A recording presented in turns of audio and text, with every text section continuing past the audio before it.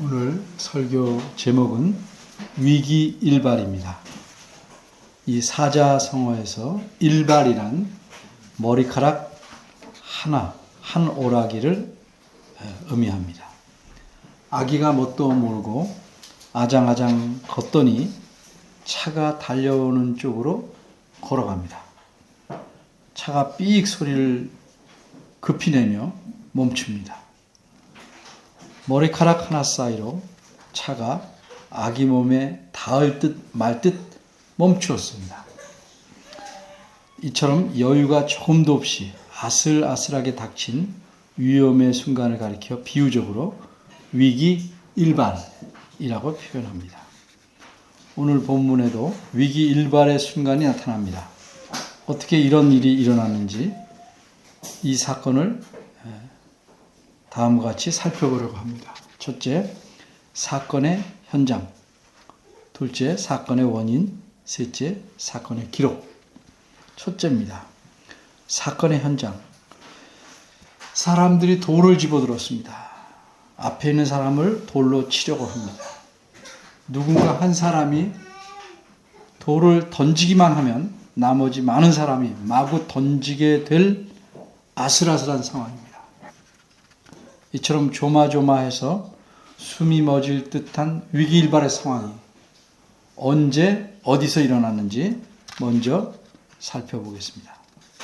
요한복음 10장 22절에서 39절 내용은 같은 장소에서 같은 때에 일어났던 일을 기록하고 있습니다. 그러니 오늘 본문의 사건이 일어난 때와 장소는 어딘가 22절과 23절을 보면 알 수 있습니다. 먼저 23절입니다. 때는 겨울에 있는 절기인 수전절입니다. 이 절기는 구약 성경에서 하나님께서 정하신 절기는 아닙니다. 우리가 성경의 절기는 아니어도 나라의 명절로 추석이나 설날을 지키듯이 유대인들은 수전절을 지켰습니다. 이 절기는 주전 165년에 더럽혀진 성전을 깨끗이 하고 다시 하나님께 봉헌한 날을 기념하는 절기입니다. 그때로부터 3년 전인 주전 186년에 수리아의 왕 안티오쿠스 에피파네스가 예루살렘에 쳐들어왔습니다.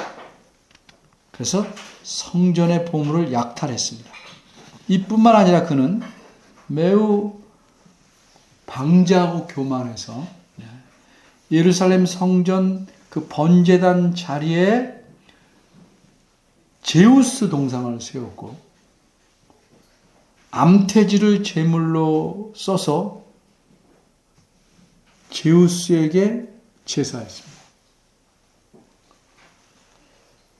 이로써 그는 아예 노골적으로 하나님을 모독하고 하나님의 성전을 더럽혔습니다. 이렇게 그와 그의 군대가 성전을 더럽히자 유다 마카비라는 유대인이 군사를 일으켜서 수리아 군대를 물리칩니다. 그리고 성전을 깨끗게 하고 하나님에게 다시 봉헌하였습니다.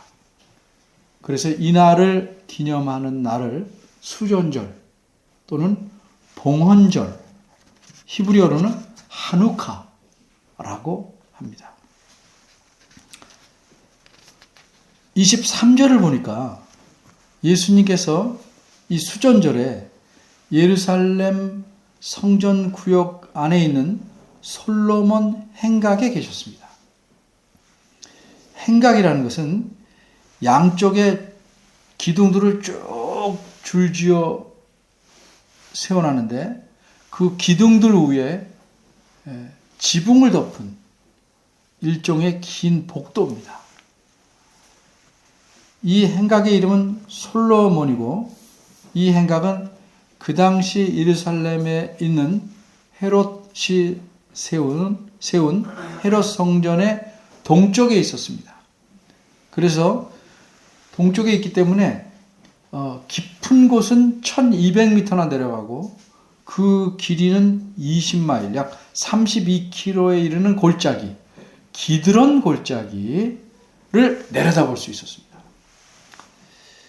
이 행각은 여름에는 뜨거운 햇볕을 피하고 겨울에는 딱 차가운 비를 피하는 대피 장소로 사용했습니다. 그건 겨울에 비 옵니다. 우리하고 좀 달라요.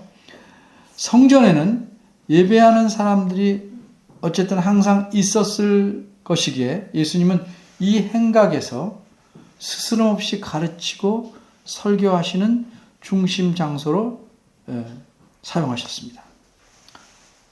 그런데 바로 이 솔로몬 행각에서 위기일발의 상황이 벌어진 것입니다. 이 행각에는 많은 사람이 집어들 수 있는 돌들이 없어서 사람들은 행각 바깥으로 나가서 돌을 찾아서 가져왔습니다. 31절에서 말한 돌을 들어 라는 표현의 뜻이 그런 말입니다. 옆에 있던 돌을 들었던 게 아니고 찾아 가져와서, 당시에 헤롯 성전은 아직 완공되지 않았기에 공사하려고 성전 구역 안에 쌓아놓은 돌들이 이것저것에 많았을 것이라고 학자들은 생각합니다. 그래서 유대인들은 어렵지 않게 돌들을 찾아서 들고 다시 행각으로 돌아왔습니다. 그리고 돌을 들어서 앞에 있는 사람을 치려고 합니다.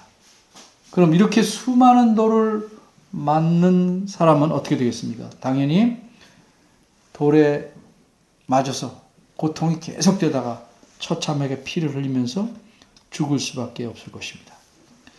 그럼 언제부터 이렇게 돌을 들어 사람을 죽이는 관습이 시작되었을까? 구약시대부터입니다. 구약 성경을 보면 돌로 사람을 쳐서 죽이는 일은 이미 애굽에서 일반화되어 있었습니다. 예를 들어 봅니다. 출애굽기 8장 26절을 보면 모세가 애굽 왕에게 이렇게 말합니다. 그리함은 불가하니이다. 우리가 우리 하나님 여호와께 희생을 드리는 것은 애굽 사람의 미워하는 바이온즉 우리가 만일 애굽 사람의 목전에서 희생을 드리면 그들이 그것을 미워하여 우리를 돌로 치지 아니하리이까. 모세의 대답입니다. 이 말씀이 무슨 뜻인지 간단히 설명합니다. 모세가 하나님의 명령대로 애굽 왕에게 나아가서 우리가 여호와 하나님을 섬기려고 하니 이스라엘 백성을 애굽에서 내보내시오 라고 말합니다. 그러자 애굽 왕 바로는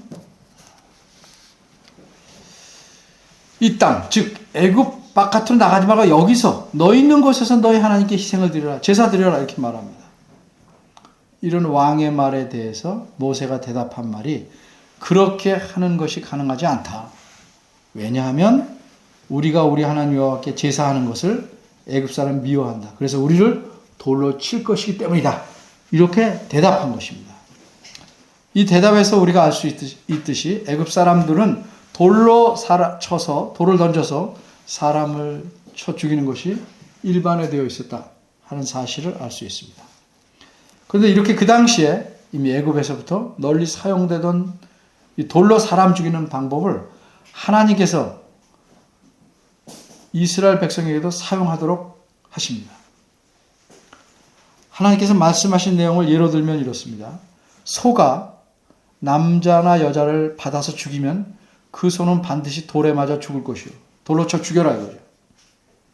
무릇 이스라엘 자손이 이스라엘에 우거한 타국인이든지 이스라엘 사람이든지 누구든지 그 자식을 몰렉에게 주거든 반드시 죽이되 그 지방 사람이 돌로 쳐 죽여라.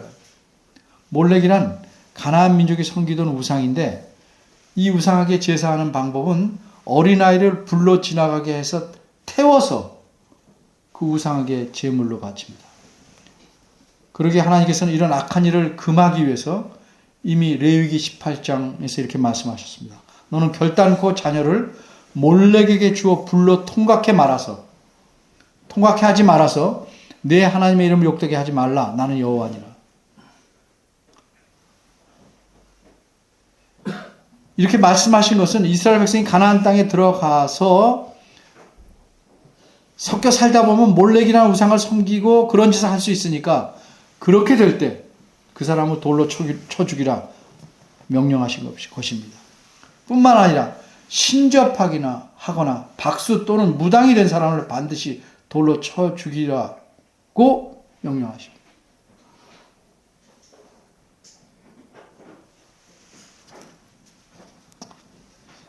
또한 여호와 이름을 회방하거나 저주한 사람을 돌로 쳐 죽이도록 하십니다. 여호와 이름을 회방하면, 모독하면 반드시 그를 죽일지니 온 회중이 돌로 그를 칠 것이라. 외국인이든지 본토인이든지 여호와 이름을 회방, 모독하면 그를 죽일지니라. 그래서 돌에 맞은 사람의 사례가 레위기 24장에 나옵니다. 단지파라는 단지파에 속한 어떤 여인의 아들이었습니다. 여호와를 저주하고 모독해서 돌에 맞아 죽었습니다. 이런 율법의 명령에 따라 유대인들은 돌을 들어서 지금 앞에 있는 사람을 쳐 죽이려고 합니다. 그런데 유대인 중 아무도 먼저 돌을 던지지 못하고 있습니다. 누가 던지기만 하면 이제 돌이 쏟아질 건데, 바로 그 위기일발의 순간에 앞에 있던 사람이, 즉 예수님께서 돌을 들고 있는 유대인들을 향해 이렇게 물었습니다. 32절 하반절입니다. 어떤 일로 나를 돌로 치려 하느냐? 나를 돌로 치려는 이유가 뭐냐? 이로써 일단 위기일발의 순간은 잠시 멈추었습니다. 그럼 유대인들이 예수님을 돌로 쳐서 죽이려는 이런 위기의 순간이 생긴 원인은 무엇이었을까? 그 위기일발 사건의 원인이 무엇인지를 이제 생각해 보겠습니다. 둘째, 사건의 원인. 사실 유대인들이 이 예수님을 돌로 쳐 죽이려고 한 것이 이번이 처음은 아닙니다. 처음이 아니었다는 사실을 어떻게 알 수 있습니까? 31절 보니까 유대인들이 다시 돌을 들어 치려 하였다는 표현에서 알 수 있습니다. 그럼 이전에는 언제 돌로 치려 하였습니까? 요한복음 8장 50절로 갑니다. 자꾸 찾아보셔야 됩니다. 저희가 돌을 들어 치려 하거늘 예수께서 사람들 사이로 숨었어요. 사람이 많으니까. 그럼 다른 사람에게 던지면 안 되니까 성전에서 나가시라.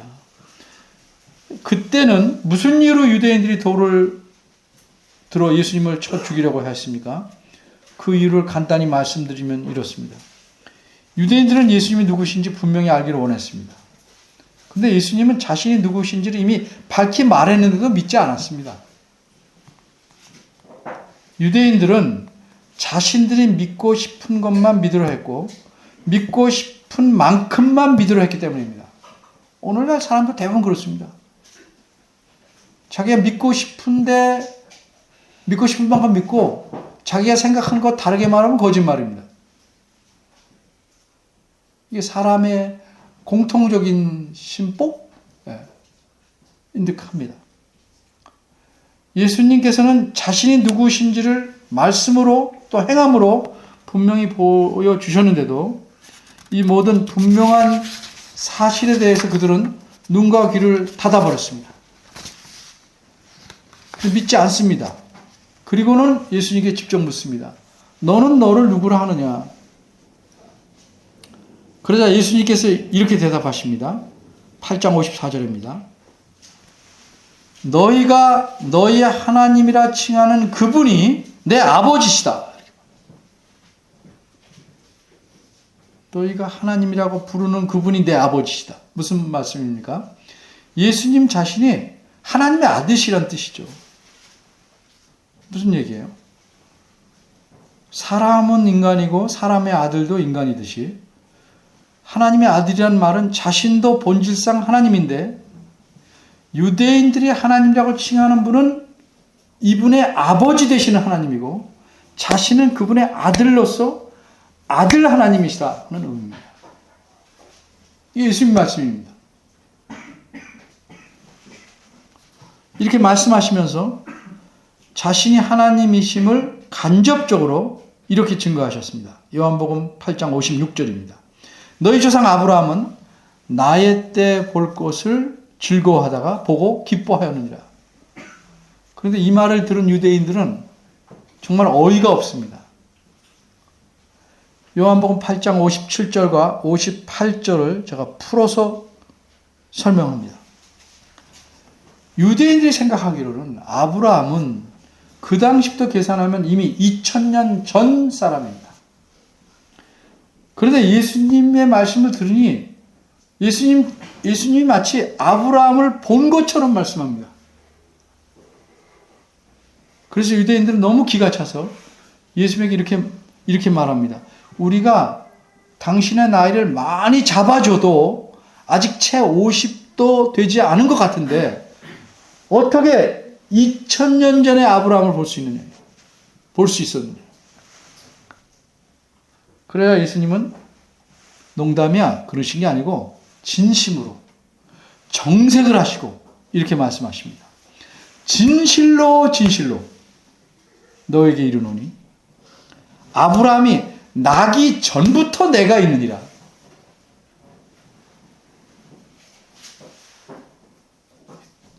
불에 기름 붓는 얘기죠. 이 말씀을 들으니 유대인들이 생각해도 이게 뭐 나가도 너무 나간 말씀입니다. 이런 말씀을 하신다면 논리적으로 다음 셋 중에 하나입니다. 예수님이 정신이 나간 사람이거나 그래서 이 사람들은 미쳤다고 그럽니다. 둘째로 지독한 허풍쟁이거나 세 번째로 예수님께서 아브라함이 태어나기 전부터 계셨다면 정말로 하나님이시거나 셋 중에 하나입니다. 그런데 유대인들은 이 셋 중에 마지막 세 번째는 정말로 하나님이시다. 이거는 받아들일 수 없었습니다. 아무리 봐도 예수님은 그저 50세가 채 안 된 사람일 뿐이었기 때문입니다.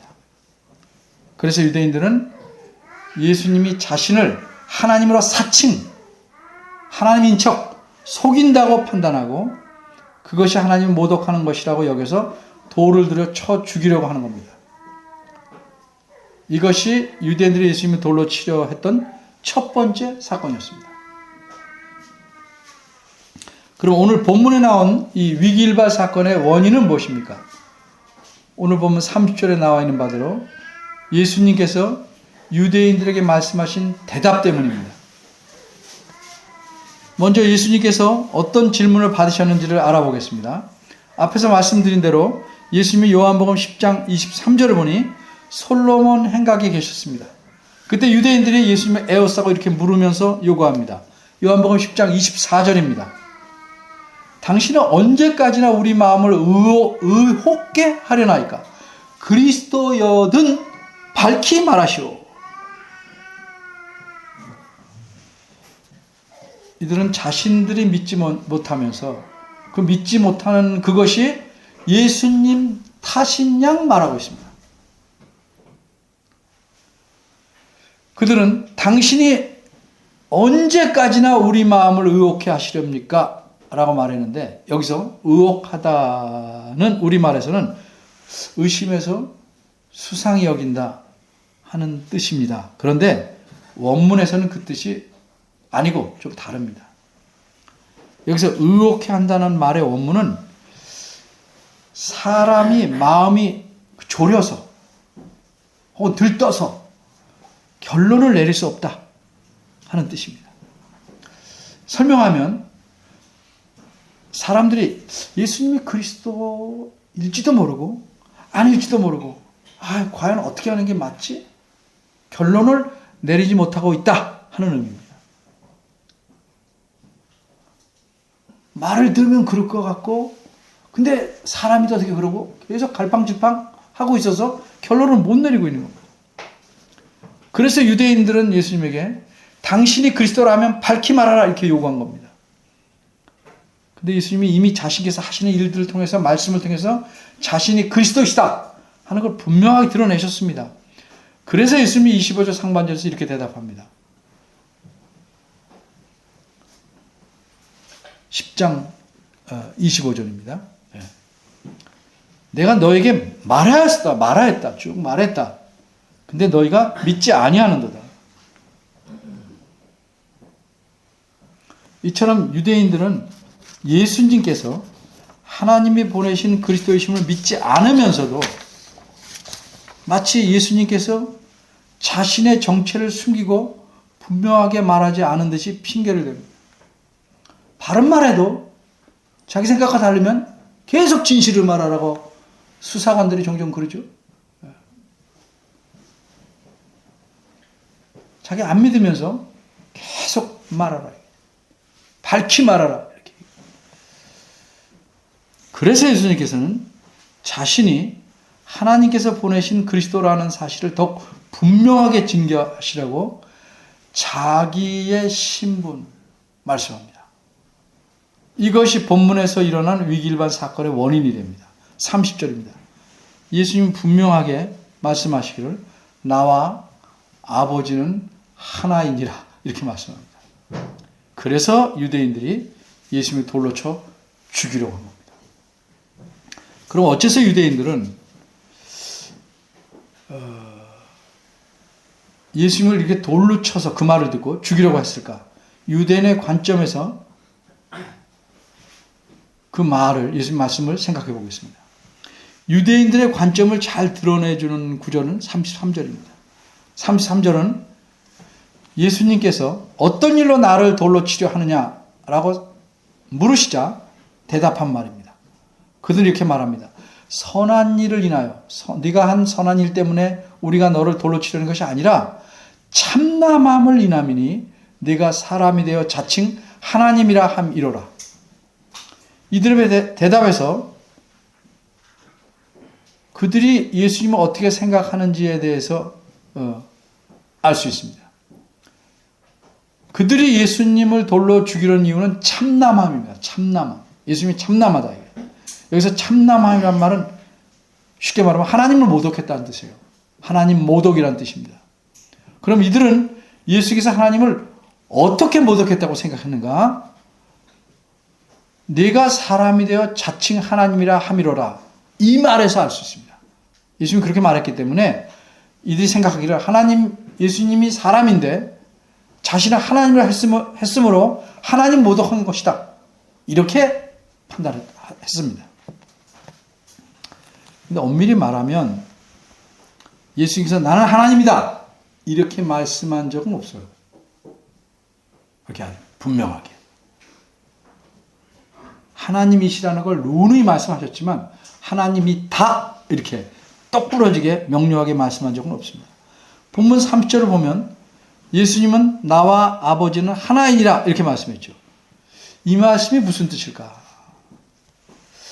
제가 만약 여기서 여러분과 저는 하나입니다 이렇게 말한다면 어떻게 이해하시겠습니까? 뭐 뜻은 알아듣는 것 같은데 꼭 무슨 뜻이냐 물으면 말하기 좀 그렇죠. 말할 수 있어요? 그래도 그 뜻은 다 통해요. 근데 하나라는 뜻은 우리말에서 다양합니다. 사전을 보면 5가지로 크게 쓰입니다. 하나라는 말이. 먼저 수사, 수요를 세는 수로 맨 처음 수, 하나, 1, 2 할 때 1. 그게 하나예요. 수사고 나머지 명사로 4가지를 쓰는데 첫 번째는 오직 그것뿐이라는 뜻으로 씁니다. 예를 들면 내가 자식 하나 믿고 살았다. 이때 하나는 그것뿐이에요. 오직 자식만을 믿고 살았다는 뜻이죠. 두 번째는 마음을 하나로 해서 일체가 돼서 라는 뜻입니다. 또 세 번째는 여러 개 중에 하나를 뜻합니다. 예를 들면 나도 그 의견에 찬성하는 사람 중에 하나다. 이렇게 쓰입니다. 네 번째는 도를 붙여서 하나 도에 꼴로 쓰여서 뒤에 근데 부정어가 따라요. 전혀 조금도 라는 뜻을. 예를 들면 하나도 모르겠다. 조금도 모르겠다는 뜻이죠. 하나도 즐겁지 않다. 부정어로 쓰인다. 이렇게 여러 가지로 쓰이는데 여러분과 저는 하나입니다 라고 말할 때는 마음이 하나인 일체가 되어 이런 의미로 쓰는 겁니다. 그럼 예수님께서 나와 아버지는 하나이다 라고 말씀할 때 어떤 뜻으로 말씀하셨을까? 예수님도 지금 금방 예를 든 것처럼 하나님과 내가 마음의 일체가 되어 이런 뜻으로 말했다면 유대인들이 하나님을 모독했다고 죽이려고 하지는 않습니다. 왜? 하나님 마음에 다 합해서 살아 하는 게 맞는 일이니까. 그런 뜻으로 말하지 않았다. 그럼 어떤 뜻으로 말씀하셨을까? 정확한 뜻을 알려면 언제나 현장에 있던 사람들이 어떻게 이해했는지가 중요해요.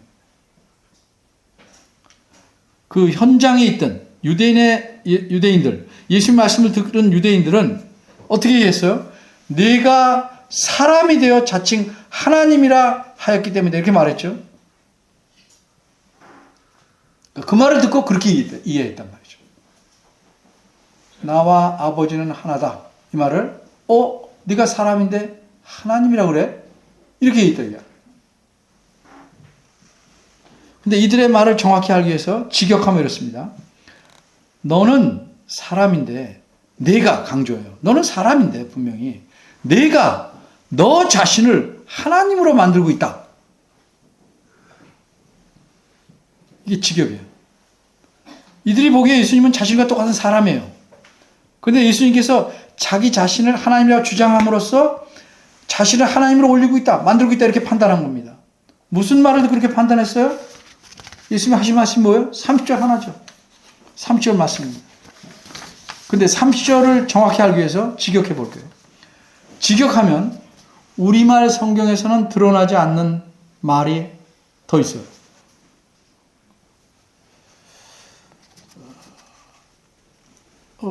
다른 우리말 성경에서도 이게 놓쳐서 번역을 하고 있는데 직역하면 이렇습니다.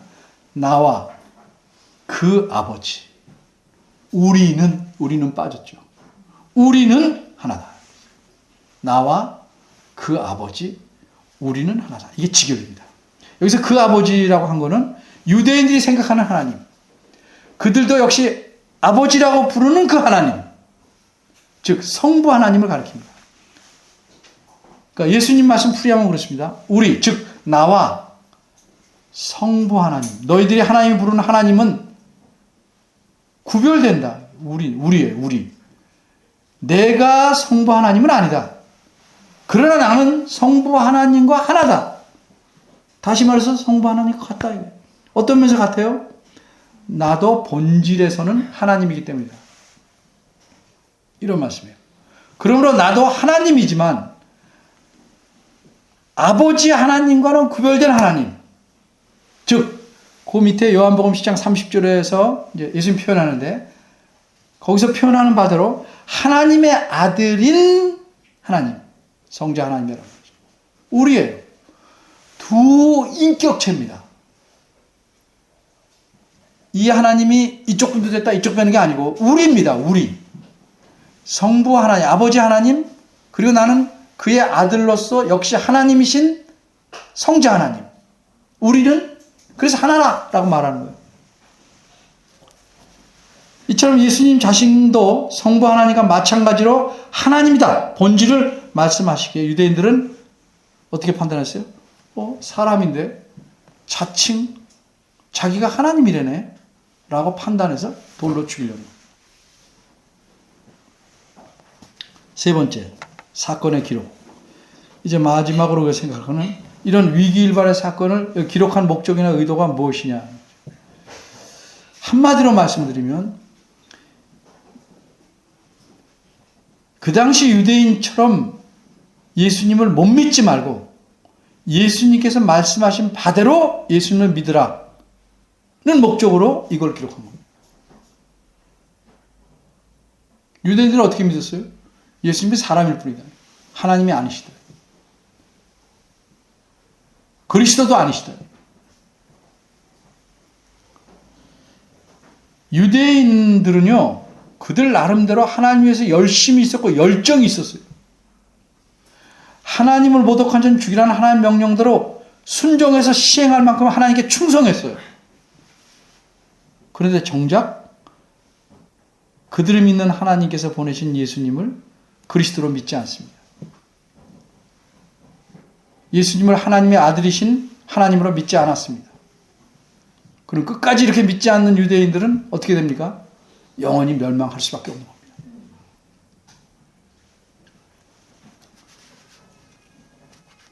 사람들은 말하죠. 예수를 믿는다. 내용을 봐야 돼요. 예수님 믿습니까? 믿는다고 그래요. 어떻게 믿냐 봐야 돼요. 누구로 믿느냐.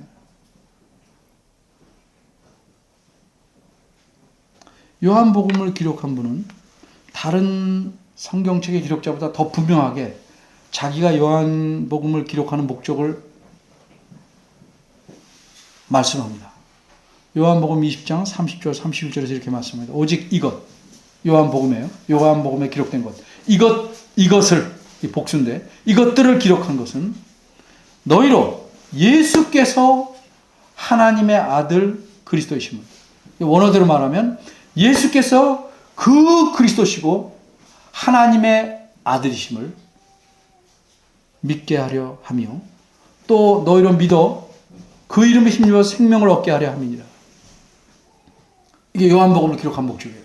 사실 성경 전체가 이 목적으로 기록된 겁니다.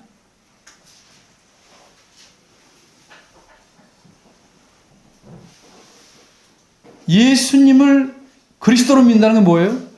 나 자신을, 개인적으로 말하면 죄로 인해 멸망해서 구해 주시는 구주이시다. 그래서 구해 주셨으니까 이제 주님이시다라고 믿는 겁니다. 그리고 그분은 하나님의 아들이시지만 그분이 하나님의 아들로서 하나님이시다. 믿어야 생명을 얻는다. 요한복음 생명은 다 구원이에요. 영생, 생명, 구원 같은 말을 써요. 구원을 얻는 겁니다. 좀 어려운 말로 예수님의 인성과 신성을 믿는 거예요. 예수님의 사람 되심과 하나님이심을 완전히 믿는 사람이라야 구원 얻습니다. 예수님의 인성, 사람 되심을 믿는다는 게 뭘 의미해요? 그게 사람이 되셨다. 이게 아니죠. 왜 사람이 되셨고, 사람을 어떻게 살아셨고, 어떻게 죽으셨고, 왜 부활하셨고, 이거를 다 포함해서 믿는 게 사람 되심을 믿는 겁니다.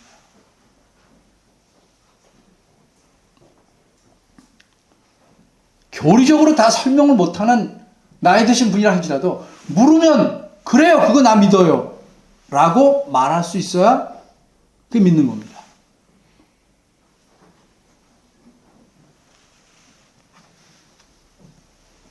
여러분, 이 시간 자기가 과연 구원 얻는 믿음을 가졌는지 생각해 보시기 바랍니다. 그렇게 가졌다면 거기 걸맞게 믿음을 보여야죠. 예수님을 가볍게 여기지 마십시오. 친한 건 좋은데 친하다고 가볍게 하는 건 아니죠.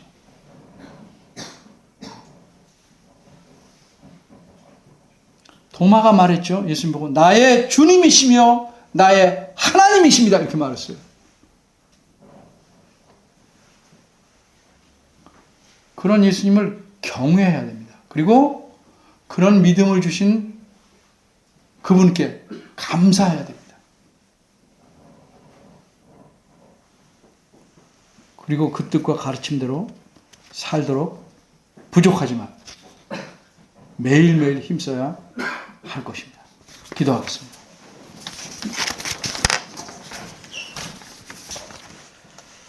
은혜로우신 하나님 아버지, 저희가 영원히 죽었을 때 저희를 살리시고 귀한 믿음을 주셔서 하나님 믿고 예수님을 영접하는 사람으로 살게 하셨습니다. 이 큰 은혜를 잊지 않게 하시고 세상 사람처럼 작은 일에 투덜대고 불평하지 않게 도와주옵소서. 주님께서 우리의 주인 되심을 늘 기억하고 그 장중에 붙들림 받아 우리가 살아가고 있음을 늘 기억하고 참으로 범사에 감사할 줄 아는 하나님 늘 찬송하고 경외하는 마음으로 살 수 있도록, 그래서 주님께 순종하고 주님을 기쁘시게 하기 위해서 사는 저희들 되기를 원합니다. 도와주옵소서. 예수님 이름으로 기도합니다. 아멘.